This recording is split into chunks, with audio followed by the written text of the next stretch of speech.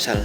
Kata Amsal biasanya mengacu pada pepatah singkat yang berisi tentang hikmat, dan kitab ini berisi banyak hikmat, yaitu pada pasal yang ke-10 sampai 29.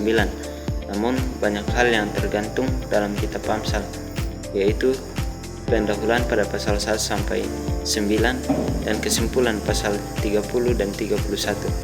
Kitab ini dirancang dengan pendahuluan, yaitu pasal 1 sampai 9. Di bagian ini terdapat 10 nasihat seorang ayah kepada anaknya tentang bagaimana seorang anak harus mendengarkan hikmat dan takut akan Tuhan.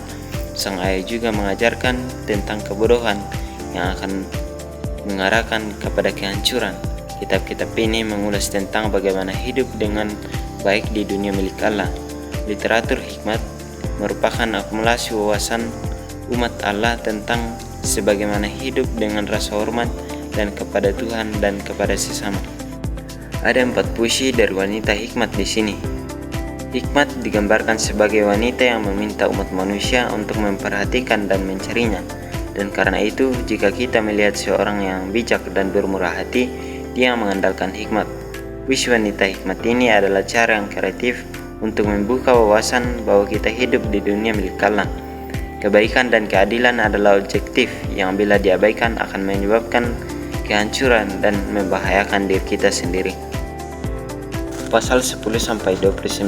Semua Amsal ini sangat singkat dan mudah diingat. Sebenarnya maksud kitab ini untuk menjadi sebuah referensi yang bisa kita baca berkali-kali, dan hal ini menimbulkan bagaimana cara yang benar untuk membaca Amsal-Amsal ini.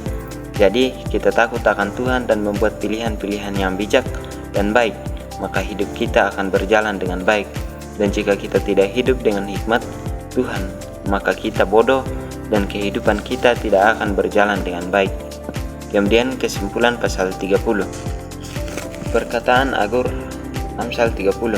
Bagian ini penting karena membicarakan Bapa yang adalah sumber segala hikmat dan pengetahuan. Kita perlu mengenal nama Dia dan anaknya. Sekali lagi, ini menunjukkan bahwa kita perlu menghubungkan dengan Bapa dan anak supaya kita dapat menerima hikmatnya. Juga diceritakan di bagian ini tentang keturunan atau angkatan yang jahat yang akan datang. Keturunan itu angkuh dan mengutuki ayahnya dan ibunya.